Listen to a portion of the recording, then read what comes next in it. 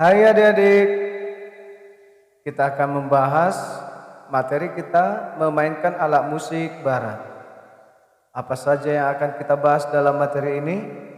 Simak baik-baik, ikuti pembelajaran dari video ini.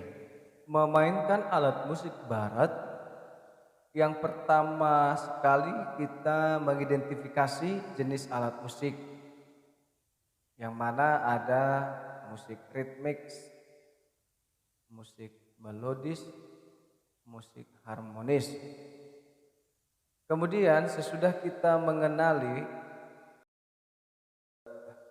alat musik ritmis, alat musik melodis, alat musik harmonis, barulah kita bisa melakukan pertunjukan musik, baik itu secara ensemble atau dimainkan secara bersama-sama dan juga secara band atau grup.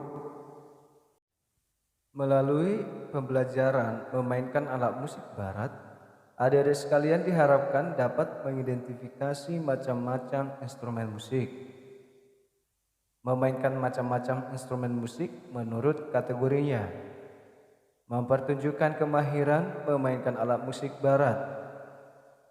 Dan mempertunjukkan permainan musik barat dengan kelompok ensemble atau paduan suara. Dalam hal ini pasti sulit untuk melakukan yang nomor 4. Dalam masa COVID ini tidak bisa berkolaborasi dengan teman-teman. Nanti akan kita bahas bagaimana kelanjutannya atau penugasannya dalam mempertunjukkan permainan musik barat. Baik, kita lanjut ke bagian A, memainkan alat musik barat. Yang pertama itu adalah dasar-dasar bermain alat musik barat. Dalam sebuah konser pasti ditemukan aneka alat musik. Ada gitar melodi, gitar ritme, gitar bass, keyboard, organ, piano, biola, flute, saxophone, trompet, trombon, drum, tamborin, triangle, maracas, dan mungkin masih banyak lagi yang lain. Tentu masing-masing alat musik tersebut dimainkan secara bersama-sama untuk mengiringi lagu. Apakah yang dimainkan alat-alat musik tersebut sama? Apakah alat-alat musik tersebut menghasilkan bunyi dan nada yang sama? Tentu tidak. Masing-masing alat musik dimainkan dengan cara berbeda-beda dan untuk menghasilkan bunyi yang berbeda pula. Justru perbedaan bunyi dan nada inilah yang menghasilkan komposisi yang indah bila didengar telinga, bahkan dapat menimbulkan rasa musikal yang indah pula. Alat musik gitar dimainkan dengan cara dipetik, organ, keyboard, dan piano dimainkan dengan cara ditekan touch-nya. Cello dan biola dimainkan dengan cara menggesek dawanya. Saxophone, trompet, trombon dimainkan dengan cara ditiup. Drum, triangle, maracas, bongo, gendang, tamborin dimainkan dengan cara dipukul. Memainkan alat musik ritmis.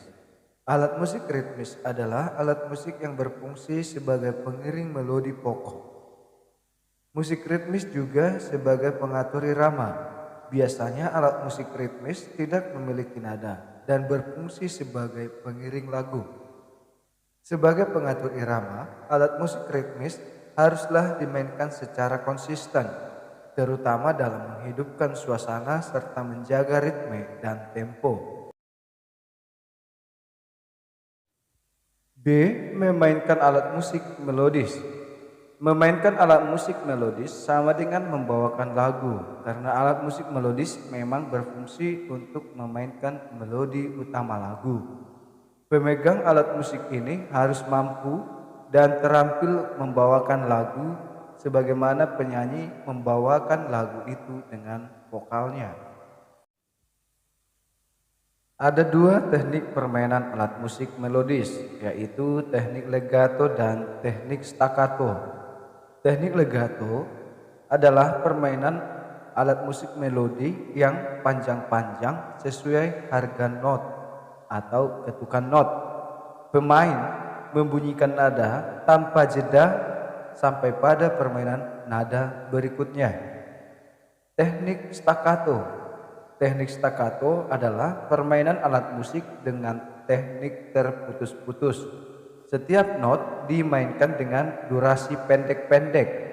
Permainan teknik staccato biasanya dimaksudkan untuk menimbulkan kesan semangat, bergairah, dan meledak-ledak. Biasanya ditandai di atas notnya tanda titik ataupun disebut dengan aksen. C. Memainkan alat musik harmonis. Alat musik harmonis adalah alat musik yang berfungsi sebagai melodis dan sekaligus ritmis. Alat musik ini mampu menghasilkan nada dan juga dapat dimainkan sebagai pengiring dalam paduan nada atau yang lazim disebut akord. Termasuk jenis alat musik harmonis adalah piano, organ, keyboard, gitar yang bisa dimainkan tiga nada atau lebih secara serentak atau disebut dengan akord. Yang kedua, memainkan alat musik dalam grup. Memainkan musik dalam grup sering disebut sebagai ensemble. Ditinjau dari ragam jenis alat musik yang dimainkannya, ada ensemble sejenis, ada ensemble campuran, dan orkestra. A. Ensemble sejenis. Ensemble sejenis adalah ensemble yang memainkan alat musik dari jenis yang sama, misalnya ensemble perkusi, ensemble tiup, ensemble gesek, dan sebagainya. Pertama, ensemble perkusi. Ensemble perkusi dimainkan dengan alat-alat musik perkusi. Di Indonesia cukup banyak ensemble perkusi, misalnya rampak kendang, rebana, drum band, marching band, gendang, dan lain-lain. 2. Drum band marching band. Dalam drum band marching band, instrumen musik perkusi dibawa oleh pemain dan dimainkan dalam barisan. Kelompok yang memainkan instrumen musik perkusi sambil berjalan disebut juga sebagai drumline. Ragam instrumen musik perkusi yang digunakan alat drum band umumnya lebih sedikit daripada yang digunakan pada permainan alat marching band.